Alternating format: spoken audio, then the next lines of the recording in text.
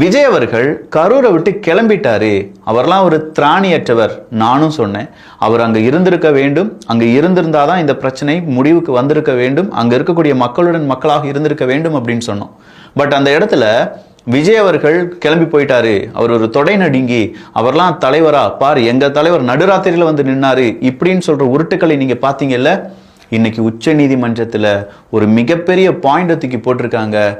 S, கரூர்ல இருக்கக்கூடிய முக்கியமான காவல்துறை ஆய்வாளர் தான் எங்களை கால் பண்ணி, சிடி நிர்மல்குமார் அவர்களுக்கு கால் பண்ணி, விஜய் அவர்களும் தாவேகா கட்சியினுடைய முக்கியமான உறுப்பினர்கள் யாரும் கரூர்ல இருக்காதீங்க, உடனடியா சென்னைக்கு போயிருங்க, இல்லாட்டி எங்கேயாவது போயிருங்க, நாங்க காவல்துறையினுடைய எஸ்கோர்ட் வாகனத்தை அனுப்பி வைக்கிறோம் அப்படின்னு சொல்லி வாகனத்துக்கு எஸ்கோர்ட் கொடுத்து அங்கிருந்து விஜய் அவர்களை கிளப்பி விட்டதே யார் தானா? காவல்துறை தானா. அந்த காவல்துறை அதிகாரிகள் அவர்கிட்ட பேசினதுல இருந்து எல்லா எவிடன்ஸும் இப்போது எங்க போயிருச்சு? உச்ச நீதிமன்றத்துக்கு போயிருச்சு. அப்ப இந்த காவல்துறை கட்டுப்பாட்டில் வைத்திருக்கக்கூடிய நபர் யார் அப்படின்னு பார்த்தா நம்முடைய முதலமைச்சர் மு க ஸ்டாலின் அவர்கள். அப்போ மு க ஸ்டாலின் அவர்களுக்கு தெரியாம காவல்துறை இந்த முடிவை எடுத்திருக்க மாட்டாங்க. விஜய் அவர்கள் கரூரை விட்டு கிளம்பி இருக்க மாட்டார். அப்ப விஜய் அவர்களை கரூரை விட்டு கிளம்ப வைப்பதற்காகவே ஒரு ஆய்வாளர் ஒருத்தர் கால் பண்ணி போயிருங்கன்னு சொல்லி அங்க அவங்க சொல்லி, இந்த பக்கம் மீடியா எப்படி டெலிகாஸ்ட் பண்ணுது? ஒரே நிமிஷத்தில் ஓடிவிட்டார் விஜய் அவர்கள், ஓடிவிட்டார் விஜய் அவர்கள் அப்படிங்கிற பரப்புரையை செய்தார்கள். இந்த இடத்துல அரசியல் உங்களுக்கு புரியுதா? இனி இருந்தா பிரச்சனை அப்படின்னு சொல்லி ஒருத்தவங்க சொல்றாங்க. இங்கிருந்து உங்களை கிளப்பி விட்டுட்டு அவன் ஏன் இல்லாம போனா பாத்தியா, அவனுக்கு மனசாட்சின்னு ஒண்ணு இருக்கா அப்படின்னு சொல்லி ஒரு 10 பேரை புலம்ப வைத்து அதை வீடியோவா வெளியில விட்டு அதை வச்சு அரசியல் ஆதாயம் தேடக்கூடிய நபர்கள் யாராக இருப்பார்கள்? அவங்க தான் உண்மையிலேயே பின அரசியல் செய்யக்கூடிய நபர்களாக இருப்பார்கள். நாம சொன்னது விஜய் அவர்கள் அங்கே நின்றிருக்க வேண்டும் அப்படிங்கிற உண்மையான கருத்தை. ஆனா அவனுங்க முன்வைத்தது நீ விஜய் அவர்கள் நிற்கவே இல்லை, அவர் வெறும் தொடை நடுங்கி அப்படின்னு சொல்லி அவருடைய கேரக்டர் அசாசினேட் பண்ண ட்ரை பண்ணாங்க. ஆனா இன்னைக்கு உண்மை வெளியில வரும்போது இதை எப்படிடா முட்டு கொடுக்க போறீங்க அப்படிங்கிற மாதிரி இருக்கா? இதுவே உங்களால முட்டு கொடுக்க முடியாதுன்னா அடுத்தடுத்ததா ஏகப்பட்ட கேள்விகளை உச்ச நீதிமன்றம் கேட்டிருக்கிறது. இந்த வழக்கு அப்படிங்கிறது தாவேகா தரப்பு வழக்கு மட்டும் கிடையாது. தன்னுடைய மகனை இழந்த ஒரு தந்தை, அதே மாதிரி தன்னுடைய சகோதரியை இழந்த ஒரு குடும்ப உறுப்பினர் அப்படின்னு சொல்லி சில நபர்களும் இதுக்குள்ள இருக்காங்க.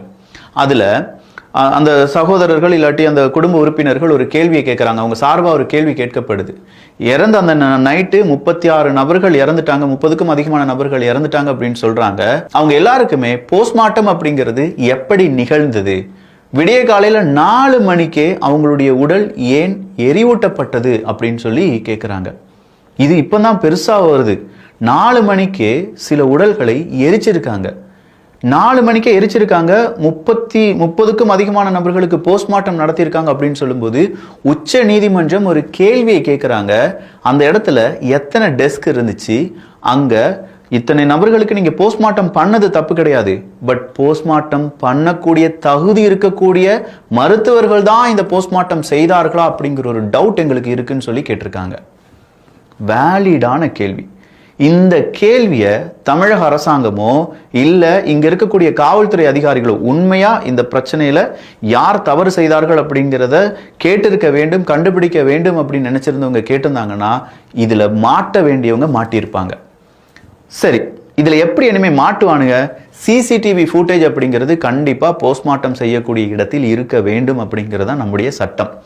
இனிமே சிசிடிவி ஃபுட்டேஜ் அப்படிங்கிறத போஸ்ட்மார்ட்டம் 30 பேருக்கு நீங்க பண்ணிருக்கீங்கல்ல, எந்தெந்த டாக்டர்ஸ் எவ்வளவு நேரம் எப்படி போஸ்ட்மார்ட்டம் பண்ணாங்க அப்படிங்கிறதுக்கான சிசிடிவி ஃபுட்டேஜை ஆராய்ந்து பார்த்தார்கள் என்றால் அங்க வந்த டாக்டர்ஸ், அவங்களுக்கு ஒதுக்கப்பட்ட இடம், அவங்க எப்படி அந்த பிணங்களை அவங்க அந்த போஸ்ட்மார்ட்டம் செய்தார்கள், அதன் பிறகு 4 மணிக்கே ஏன் சில உடல்கள் எரியூட்டப்பட்டது அப்படிங்கிற எல்லா டீட்டெயில்ஸும் வெளிவரும்போது யார் சிக்குவாங்க மக்கா?